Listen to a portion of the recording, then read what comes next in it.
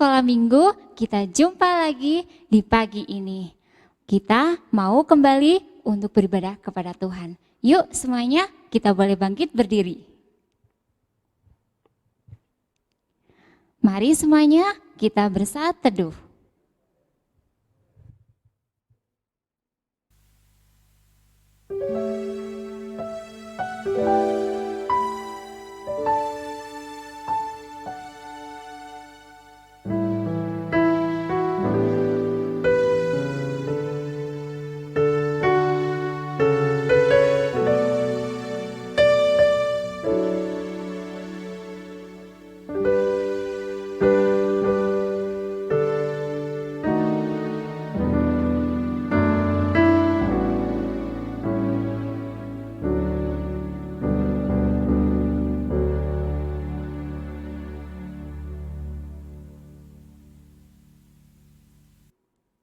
Mari kita semuanya boleh angkat pujian, Saya Cinta Tuhan Yesus.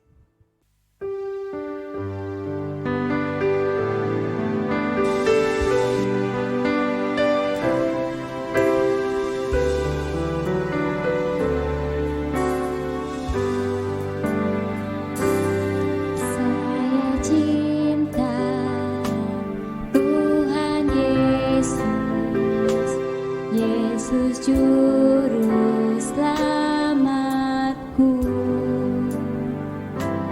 Dengan segenap hati jiwa, saya cinta Tuhanku. Saya cinta Tuhanku, saya cinta Tuhanku, saya cinta Tuhanku, saya cinta Tuhanku, saya cinta Juru Selamat, Yesus cintaku juga.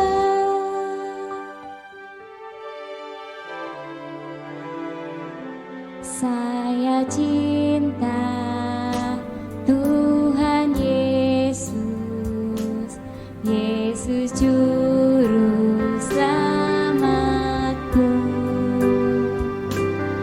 Dengan segenap hati jiwa, saya cinta Tuhanku.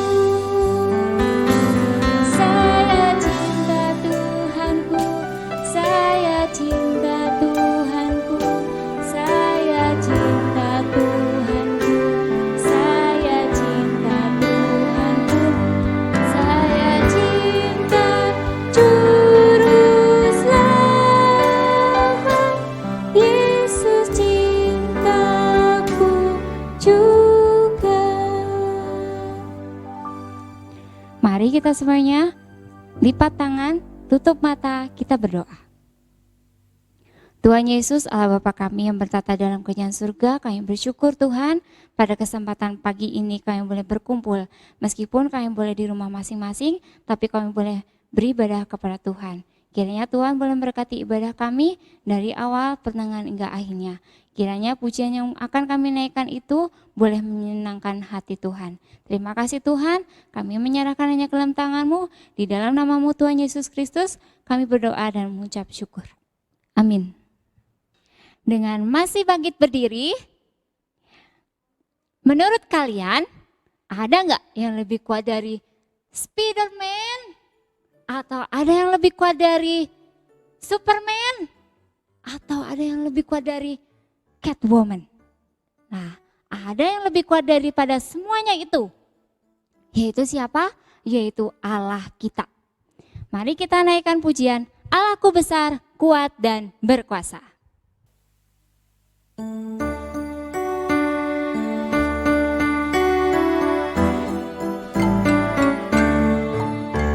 Allahku besar, kuat dan berkuasa, tiada yang mustahil bagi Dia. Oh oh, Allahku besar, kuat dan berkuasa, tiada yang mustahil bagi Dia. Oh oh, gunung miliknya, sungai miliknya,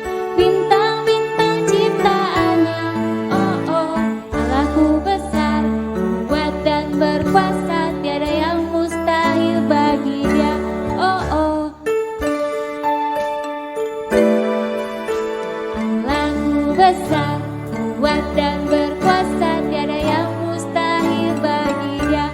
Oh oh, Allahku besar, kuat dan berkuasa, tiada yang mustahil bagi Dia. Oh oh, gunung miliknya, sungai miliknya, bintang-bintang ciptaannya. Oh oh, Allahku besar, kuat dan berkuasa, tiada yang mustahil bagi Dia. Oh oh. Semuanya boleh duduk. Allah berkuasa menyelamatkan kita, yaitu dengan cara apa? Dengan mengirim Tuhan Yesus untuk menyelamatkan dosa-dosa kita. Mari kita angkat pujian, aku bahagia karena Tuhan Yesus hapus dosaku.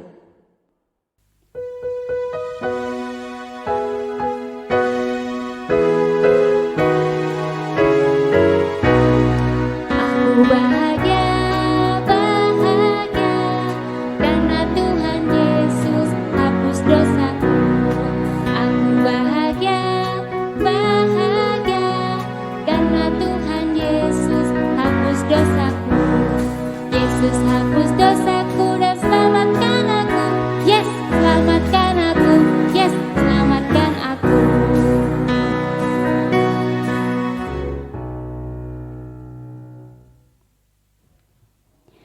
Kok tante lihat ada yang masih cemberut mukanya? Aduh, kita patut bahagia. Kenapa? Karena kita sudah ditebus dosa-dosanya oleh Tuhan Yesus. Yuk, kita angkat pujian ini lagi.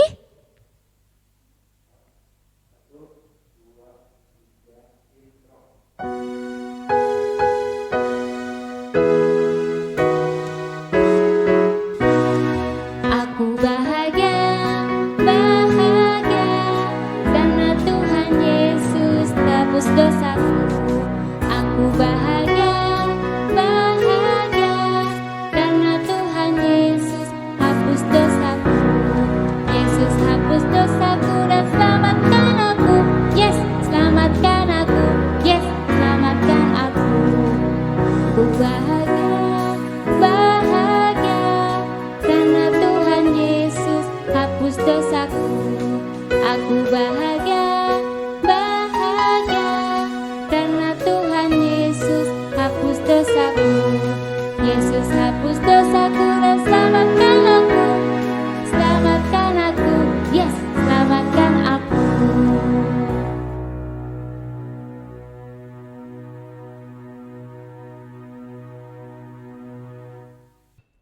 Tante undang untuk semuanya boleh bangkit berdiri lagi. Biarlah firman Tuhan membentuk kita supaya kita dapat memancarkan terang kasih Tuhan. Kita angkat pujian, Tuhan ku ingin dapat memancarkan.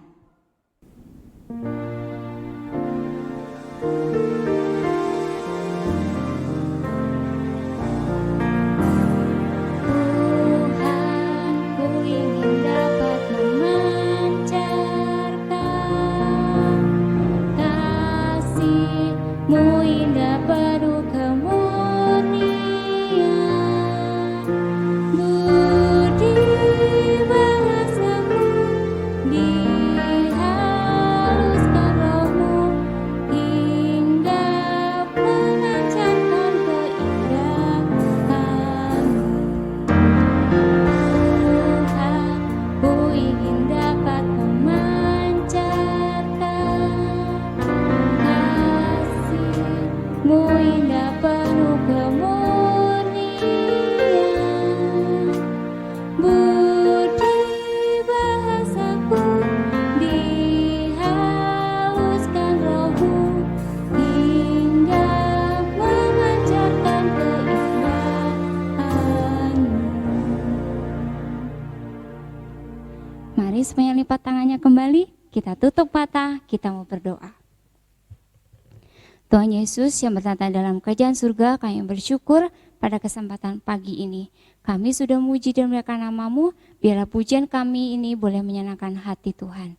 Jika sebentar kami Tuhan akan kembali mendengarkan firman Tuhan, kiranya Tuhan boleh memberkati untuk guru-guru kami, Tuhan juga boleh memberkati untuk kami semua yang boleh mendengarkan. Ajar kami untuk duduk diam, mendengarkan dengan baik.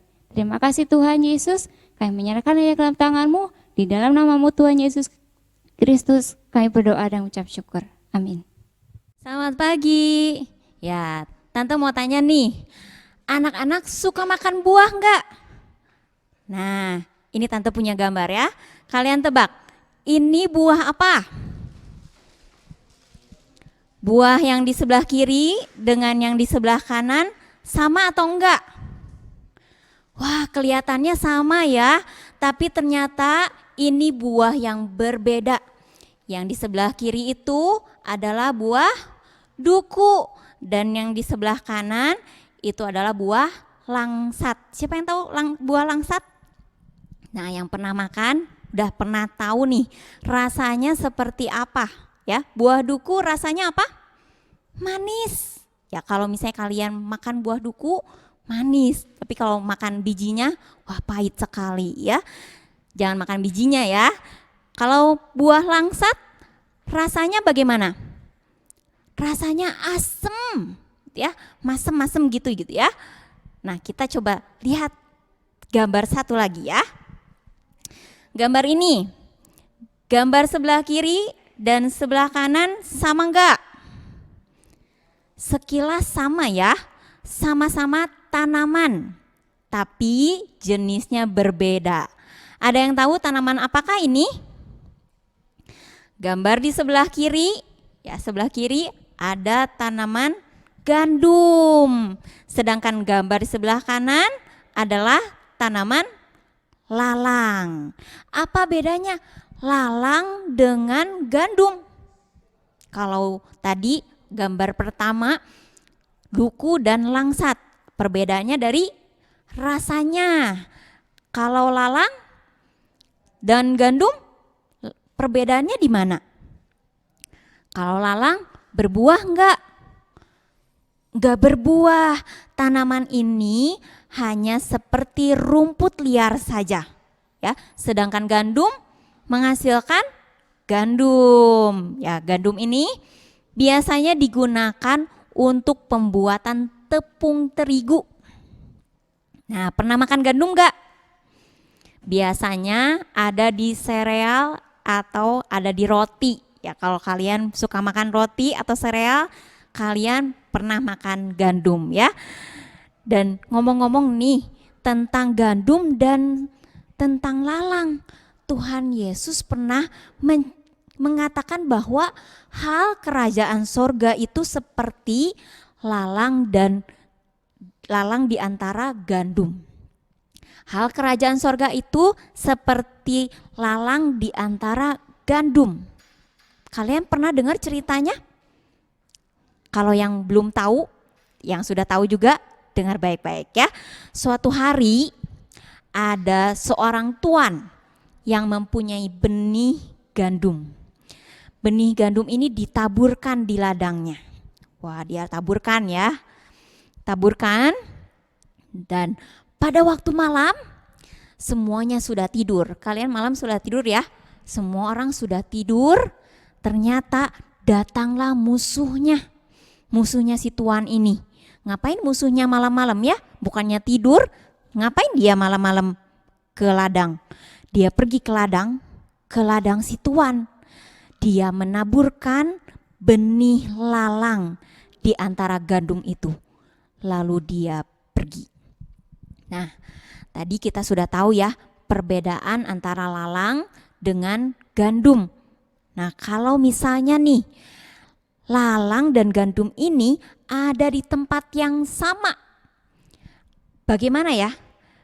Apakah si lalang dan gandum ini bisa bertumbuh bersama-sama?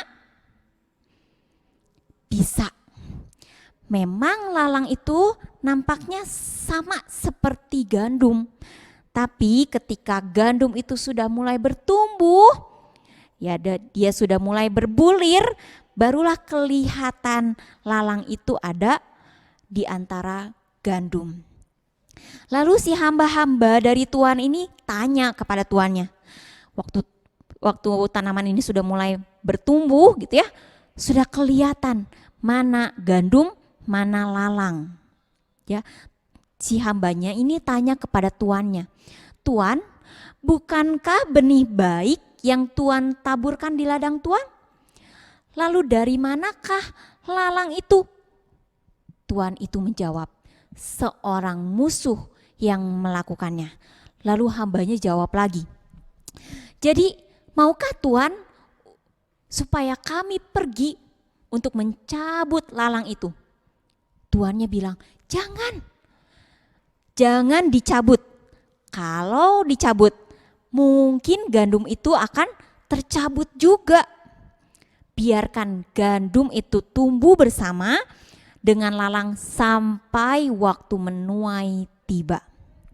Ya, pada waktu menuai tiba, nanti aku akan menyuruh para penuai untuk mengumpulkan lalang-lalang itu dan diikat berberkas-berkas gitu ya. Berberkas-berkas itu kayak seperti gundukan-gundukan gitu ya, untuk dibakar. Lalu gandum itu akan dikumpulkan ke dalam lumbungku, kata si Tuhan ini gitu ya. Dan waktu Tuhan Yesus bercerita seperti itu, ceritanya maksudnya apa ya? Kok saya nggak ngerti ya? Tuhan Yesus menjelaskan tentang perumpamaan ini. Tuhan Yesus jelaskan, Tuhan yang menaburkan benih gandum, menaburkan benih yang baik adalah Tuhan Yesus. Dan ladang itu yang ditaburkan di ladang gitu ya. Ladang itu adalah dunia ini. Benih yang baik yaitu gandum ya, itu adalah anak-anak kerajaan. Apa yang dimasuk anak-anak kerajaan? Minggu lalu Tante Esther sudah menjelaskan bahwa benih itu adalah firman Tuhan. Ya betul, benih yang baik itu adalah anak-anak yang mau mendengarkan dan melakukan firman Tuhan. Bagaimana dengan lalang? Lalang itu adalah anak-anak si jahat. Anak-anak yang tidak mau mendengarkan, apalagi melakukan firman Tuhan. Ya, musuh yang menaburkan benih lalang itu adalah siapa? Iblis. Iblis yang menggoda anak-anak untuk tidak mau mendengarkan firman Tuhan, apalagi tidak mau melakukannya. Ya, tidak mau melakukan firman Tuhan. Dan waktu menuai itu adalah akhir zaman. Akhir dari segala sesuatu, dan para penuai itu adalah para malaikat. Tuhan Yesus sudah memilih anak-anaknya ke dalam dunia ini. Tapi si jahat, yaitu si iblis, dia juga pilih anak-anak yang jahat ke dalam dunia ini. Di dalam dunia ini ada orang-orang yang berbuat baik, ada juga orang-orang yang berbuat jahat ya. Kita bisa enggak membedakan mana yang baik, mana yang jahat? Mana sih orang-orang yang baik, mana sih orang-orang yang jahat? Kadang-kadang kita tidak bisa membedakan. Ya, mana sih yang baik? Kadang-kadang kita pikir, wah si itu orangnya baik.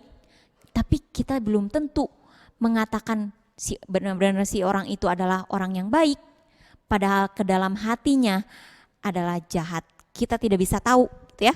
Sekilas kita lihat dia adalah orang yang baik, wah dia baik banget, padahal ke dalam hatinya kita tidak tahu.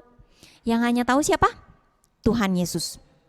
Tuhan Yesus yang tahu kedalaman hati seseorang. Tuhan Yesus tahu hati kita sendiri ya. Dan apakah kita baik? Apakah orang itu baik atau orang itu jahat? Apakah kita baik atau kita jahat? Ya, cuma Tuhan yang tahu. Kita kadang-kadang berdoa kepada Tuhan ya. Tuhan, dia jahat sekali, jahat banget ya. Tuhan, dia jahat banget sama aku. Tuhan, dia nakal, Tuhan hukum dia. Kenapa Tuhan gak hukum dia sekarang Tuhan? Hukum aja dia sekarang. Ya, kita kadang-kadang berdoa seperti itu ya. Tuhan katakan, lalang itu jangan dicabut. Kalau dicabut malah nanti gandumnya ikut tercabut juga. Tuhan izinkan anak-anak Tuhan ya Tuhan izinkan anak-anak yang baik, Tuhan izinkan anak-anak yang jahat itu bertumbuh bersama di dalam dunia ini. Tuhan izinkan anak-anak yang nakal, anak-anak yang gak mau dengar firman Tuhan, anak-anak yang tidak mau melakukan firman Tuhan, ya, ada bersama-sama dengan anak-anak yang mau mendengarkan firman Tuhan. Kenapa? Karena Tuhan ingin, ya, ketika mereka bertumbuh sama, kita bertumbuh bersama, anak-anak yang mau dengar firman Tuhan, anak-anak yang mau dengar firman Tuhan, anak-anak yang mau melakukan firman Tuhan, Tuhan akan lihat buahnya. Gandum yang sudah bertumbuh, ya, bersama-sama dengan lalang. Siapa yang berbuah? Manakah tanaman yang berbuah? Gandum. Ya, sama. Gandum itu adalah kita, anak-anak kerajaan, anak-anak terang. Ya, waktu kita mau dengarkan firman Tuhan, mau melakukan firman Tuhan, kita akan berbuah. Yang berbuah pasti anak yang mau dengar dan melakukan firman Tuhan. Ketika akhir zaman tiba, ketika segala sesuatunya sudah tiba, ya, pada akhir zaman, Allah akan suruh para malaikatnya, pisahkan mana anak yang jahat, mana anak yang melakukan kebenaran, mana anak yang melakukan kebaikan, mana anak yang melakukan kejahatan. Dan anak-anak Tuhan yang mau dengar firman Tuhan, mau yang melakukan firman Tuhan akan bercahaya seperti gandum, ya. Waktu menuai tiba, dia akan seperti menguning, dia akan seperti keemasan warnanya. Kita juga sama. Kita akan, ketika kita mau dengar firman Tuhan, kita mau melakukan firman Tuhan, kita akan bercahaya seperti matahari di dalam kerajaan Allah. Lalu bagaimana dengan anak-anak si jahat? Anak-anak si jahat, mereka akan dimasukkan ke dalam dapur api. Nah, selama kita masih ada di dunia ini, selama kita hidup di dunia ini, kita bukan hanya melakukan kebaikan, ya. Tante gak suruh kalian harus berbuat baik aja ya, enggak ya. Tapi kita harus melakukan kebenaran. Melakukan kebenaran gimana caranya? Semuanya sudah tertulis di dalam Alkitab. Ya, buka Alkitabnya, ya. Buka Alkitabnya ya. Kita pengen tahu nih, Alkitab isinya apa? Isinya adalah kebenaran. Kita buka ya. Alkitab kita di Efesus.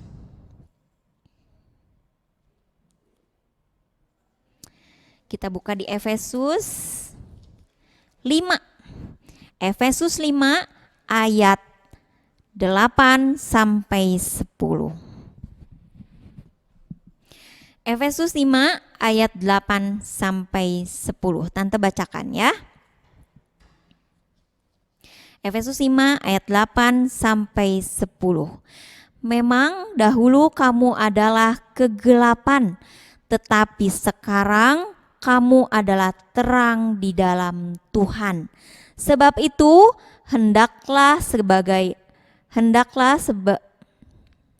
sebab itu hiduplah sebagai anak-anak terang, karena terang hanya berbuahkan kebaikan dan keadilan dan kebenaran. Ayat 10, dan ujilah apa yang berkenan kepada Tuhan, ya.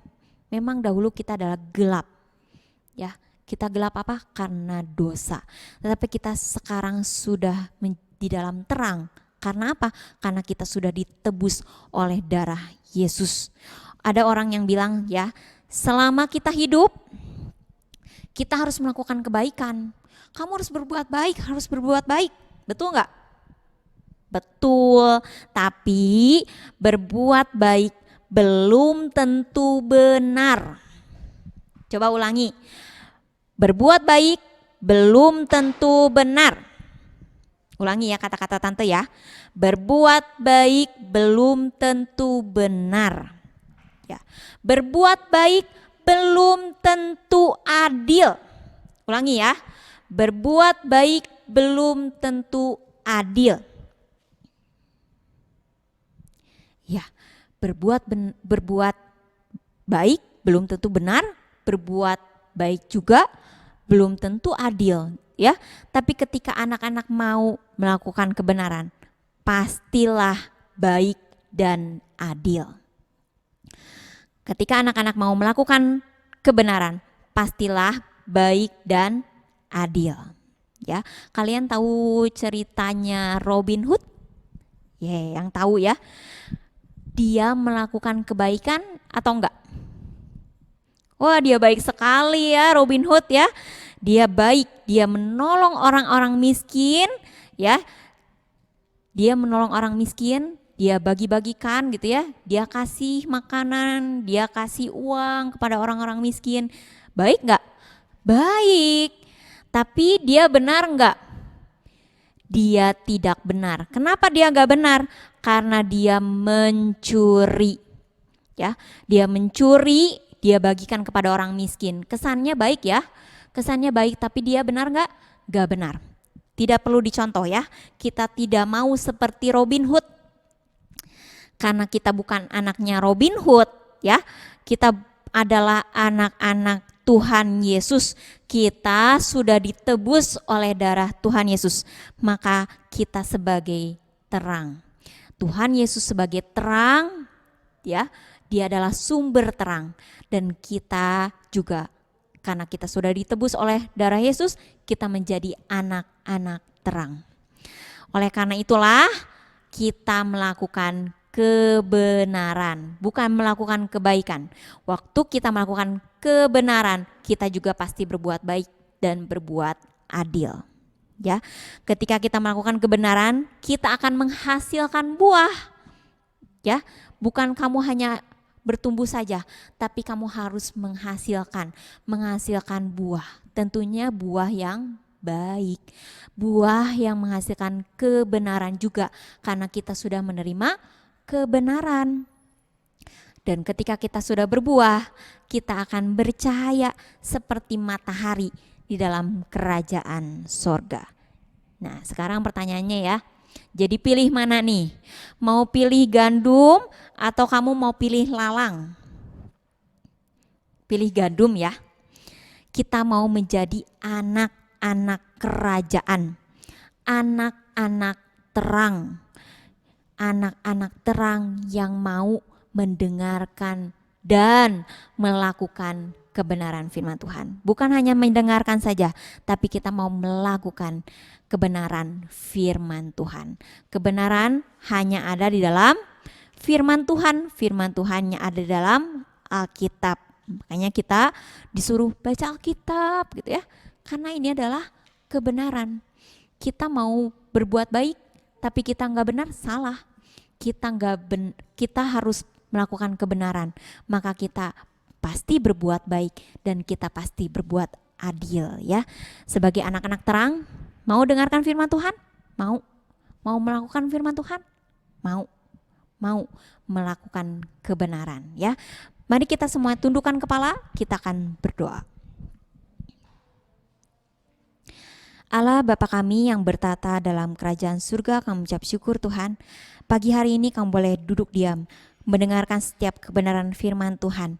Kiranya firman Tuhan yang sudah diberitakan ini boleh tertanam dalam setiap hati kami.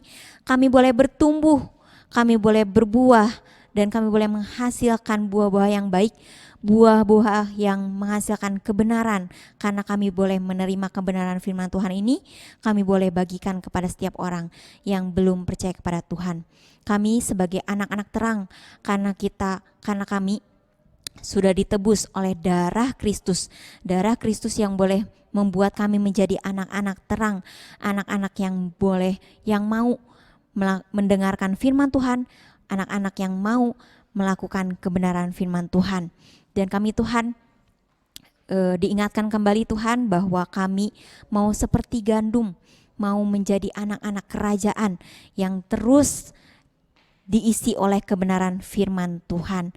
Kiranya Roh Kudus boleh menolong kami untuk kami boleh mengerti akan kebenaran firman Tuhan ini, Dan kiranya kami juga boleh melakukan firman Tuhan ini dalam kehidupan kami sehari-hari. Terima kasih Tuhan, terima kasih Yesus, terima kasih Roh Kudus. Kami menyerahkan setiap waktu-waktu ke depan hanya ke dalam tangan Tuhan. Hanya dalam nama Yesus Kristus, Juru Selamat kami yang hidup hauya. Amin. Nah, yang mau catat ya, yang mau catat tanggal 11 ya, hari ini tanggal 11 Oktober 2020, judulnya Lalang di Antara Gandum. Lalang di Antara Gandum. Bahannya Matius 13 ayat 24 sampai 30 dan ayat 36 sampai 43. Matius 13 ayat 24 sampai 30 dan ayat 36 sampai 43. Ayat hafalannya Efesus 5 ayat 9 ya. Lalu ada satu lagi ya. Tugasnya dari tante, kalian akan mengerjakan ini.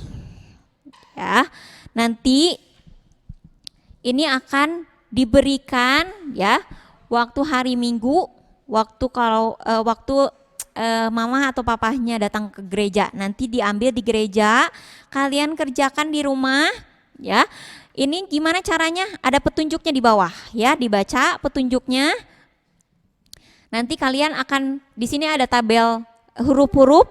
Nanti kalian akan temukan 12 kata pada tabel ya. Nanti kalian temukan 12 kata pada tabel huruf ya. Nanti udah ditemuin nih. Kalian warnai huruf-hurufnya. Ada yang mendatar, ada yang menurun, ada yang miring katanya. Boleh ya. Di dalam kolomnya ini kalian bisa warnai. Kolomnya aja ya, diwarnai ya. Dan udah gitu susun 12 kata itu menjadi satu kalimat. Ya, jadi satu kalimat. Satu kata terkumpul jadi 12 kata, disusun kata-katanya menjadi satu kalimat. Dan tuliskan di bawah yang sudah digaris-garisi.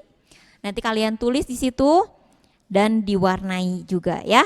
Ada gambarnya juga, kalian bisa warnai. Sudah itu fotokan hasilnya dan kirimkan ke guru kalian masing-masing. Nanti gurunya akan kasih tahu ke tante ya.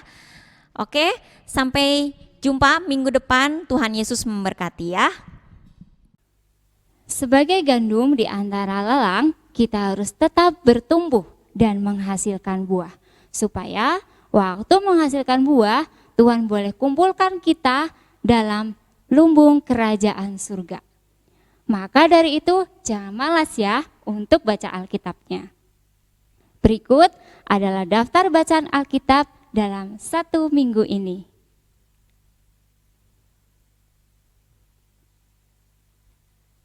Minggu lalu kalian sudah belajar lagu Happiness is the Lord. Sudah bisa belum? Ayo untuk nyanyiinnya. Pakai bahasa Inggris nih lagunya, susah enggak? Jangan bilang susah lalu menyerah. Terus belajar ya. Waktu kamu sudah bisa, kamu pasti bisa menyanyikannya dengan penuh sukacita di dalam Tuhan. Yuk kita belajar lagi lagunya.